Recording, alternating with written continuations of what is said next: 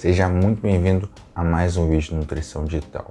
E se você sofre com a tal da mente gorda ou conhece alguém que sofre sobre isso, nesse vídeo a gente vai falar e vamos tentar entender o que realmente é a mente gorda.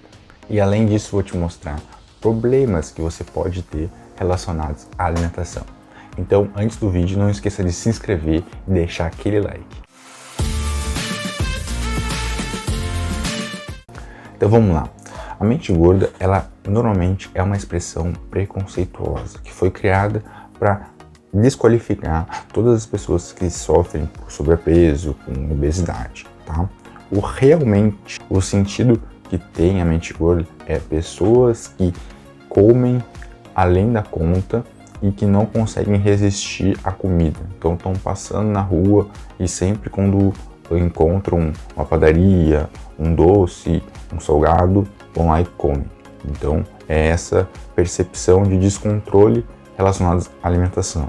Então por essa frase a gente consegue identificar que existem vários comportamentos disfuncionais que levam uma pessoa a ter obesidade.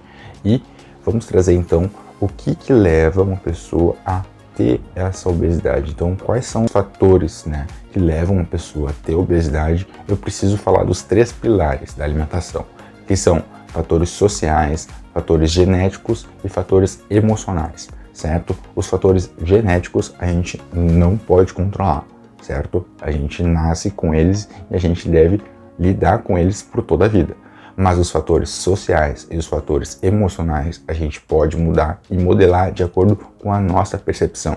E é sobre isso que a gente vai falar agora, para que você possa mudar ainda hoje essa realidade que você vive hoje e possa pensar, refletir sobre a mente gorda. Será que ela existe mesmo ou ela é uma série de problemas? Bom, então vamos começar pelos fatores genéticos. Os fatores genéticos são muito importantes por conta que eles não podem ser mudados, mas eles podem sim ser muito influenciados pelos outros fatores sociais e emocionais. Vou dar um exemplo. Uma pessoa que tem um avô que quebrou o nariz e que tem um pai que quebrou o nariz, tem uma probabilidade muito grande de ter um nariz quebrado também, porque a gente percebe que o ambiente que essa família vive é um ambiente propício para as pessoas quebrarem o nariz, certo? Certo. Então, só que aconteceu que a pessoa não quebrou o nariz, porque ela mudou de cidade. E essa mudança de cidade, mudança de ambiente, e de ciclo social, permitiu que ela mudasse a vida dela. Então você pode perceber que esse ciclo ele pode ser quebrado, sim, com novos comportamentos, Então a gente vai trabalhar muito a questão emocional e a questão social, que envolve a questão cultural, e você vai percebendo que dá sim para viver com uma genética que não é favorável, porque existem alguns genes, por exemplo, gene B3 e FTO, que são genes que estimulam a fome, tá? O gene B3 é um gene que estimula a fome, então tu tem mais fome do que outras pessoas, Então tu já sai um pouco atrás. Mas tem genes que também são multiplicadores de células adiposas, então tu tem mais células adiposas que outras pessoas, e tudo isso você tem que criar consciência sobre isso, dizendo eu sou assim, então eu tenho que ter um cuidado muito maior com a minha saúde, com o meu bem-estar, porque esses genes vieram para mim e eu não tenho como devolver eles, mas eu posso tomar uma decisão.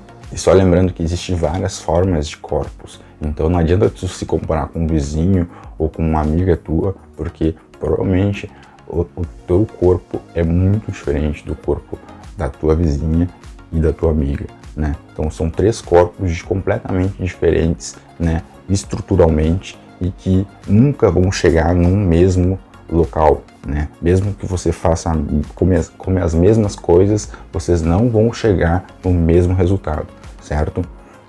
Vocês podem chegar no mesmo peso, só que a percepção de corpo que vocês vão ter de uma da outra é completamente diferente. E esse que é o bacana, porque os seres humanos, eles são todos iguais, mas não idênticos. Então vamos falar sobre os fatores emocionais, que são aqueles fatores que a gente consegue modular. Os fatores emocionais, eles abrangem autoestima, então uma pessoa que tem uma autoestima baixa vai afetar os fatores emocionais dela, que vão afetar consequentemente a alimentação dela, certo? Outra coisa que influencia os fatores emocionais são os estados emocionais. Então, alegria, tristeza, medo, tudo isso influencia na nossa alimentação, né? E como é que influencia? Bom, você não sabendo lidar com a tristeza, por exemplo, você pode desenvolver um comer emocional. E além disso, a gente tem os fatores sociais, né, que acompanham a gente em todo momento, porque a gente somos seres sociais, a gente se envolve com outras pessoas, né? E quem nunca foi numa pizzaria com os amigos e comeu um pouquinho a mais, né?